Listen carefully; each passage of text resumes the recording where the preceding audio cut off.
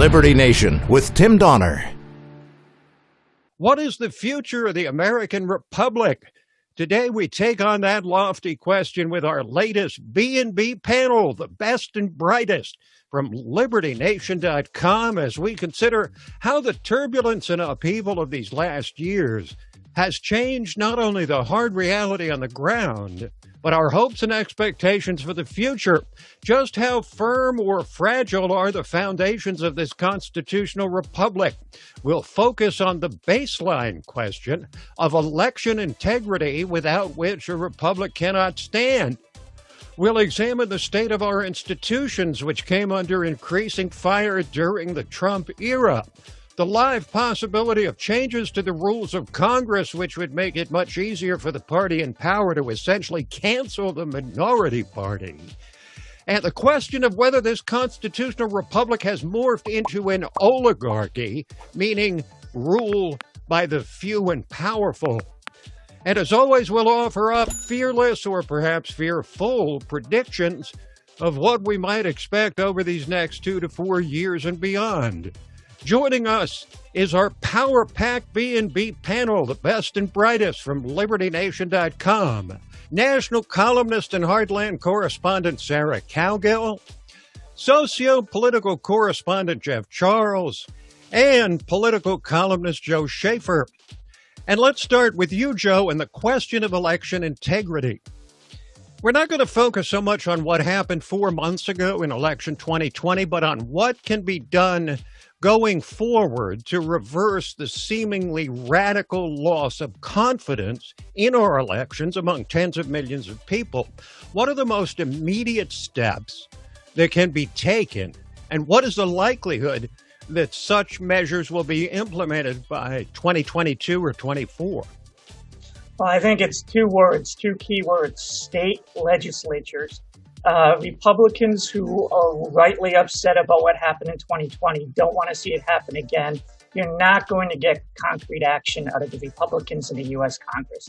They can perform a useful negative role in blocking H.R. 1, the Democrats' insane overreach, which would codify everything they did last November with mail-in voting, drop boxes, online registration for everything, all of that.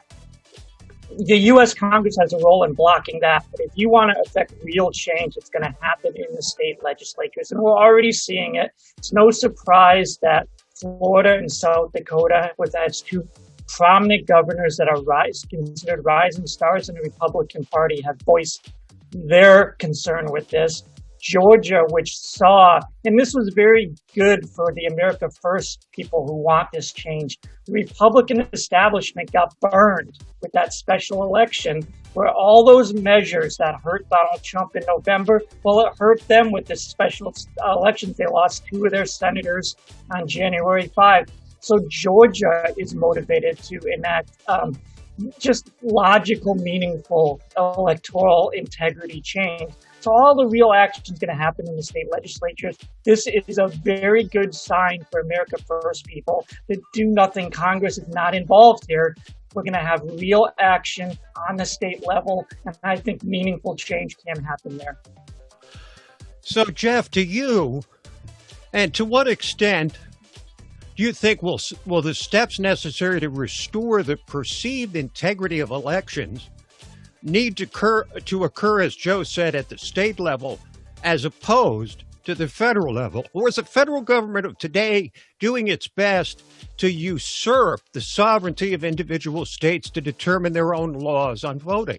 While I do think that there are players in the federal government who would like to usurp this process, it's going to have to happen at the state level. I mean, a lot of times people think that when we elect a president, it's one election that puts him into office. Really, it's 50 different elections that put a president into office. So this has to happen at the state level through state legislatures and what have you. I mean, there's a reason why Senator Rand Paul, after the election, said that he was going to travel to these different states to help them keep people accountable to ensuring the integrity of their state elections.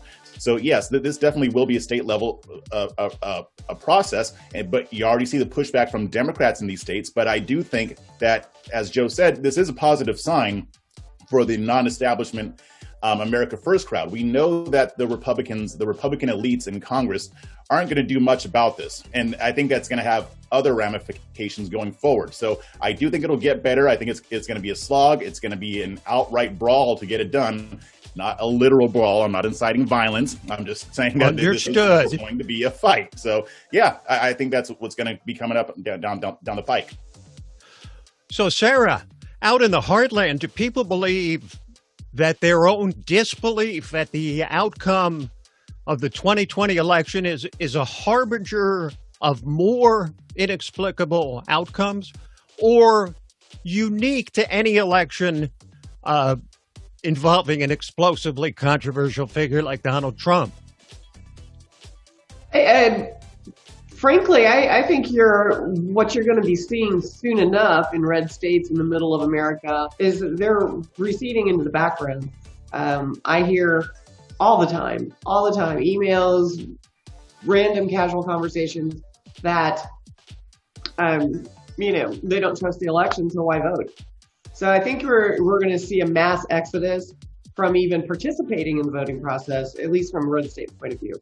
The pandemic was used as the predicate for changing a lot of these voting laws in 2020. Does the diminution of the pandemic, Joe, signal a likely relaxation of this full court press to change voting laws?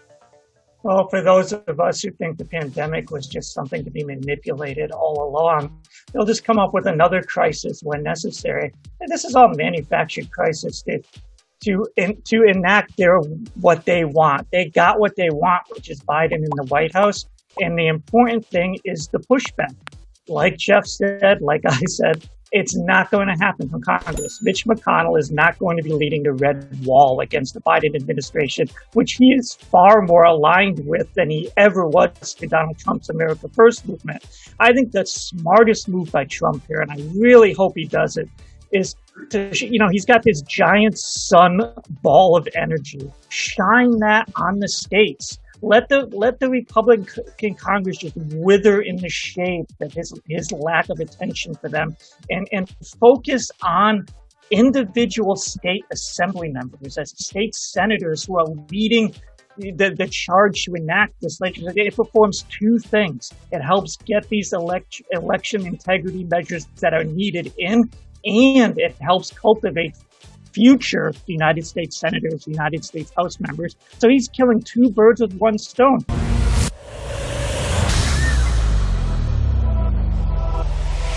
Hi, I'm Lisa K. Donner, along with Mark Angelides, Sarah Cowgill, Tim Donner, and Scott Cosenza, and this is Liberty Nation. Now let's take a look at the LibertyNation.com electoral leaderboard. It's still 238 for Joe Biden. What if stories and legends can offer us the key to unraveling the hottest political issues of the day and apply their lessons to understanding the chaos of modern politics? Impeach 45! Only where freedom of speech is honored can people who look, sound, or think differently be truly free.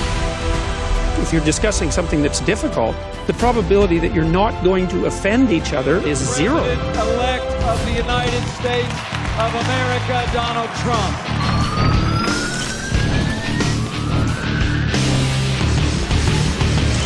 Donald J. Trump is now president. With one click, Liberty Nation delivers tomorrow's news. And remember, liberty. Today. All the time and everywhere. LibertyNation.com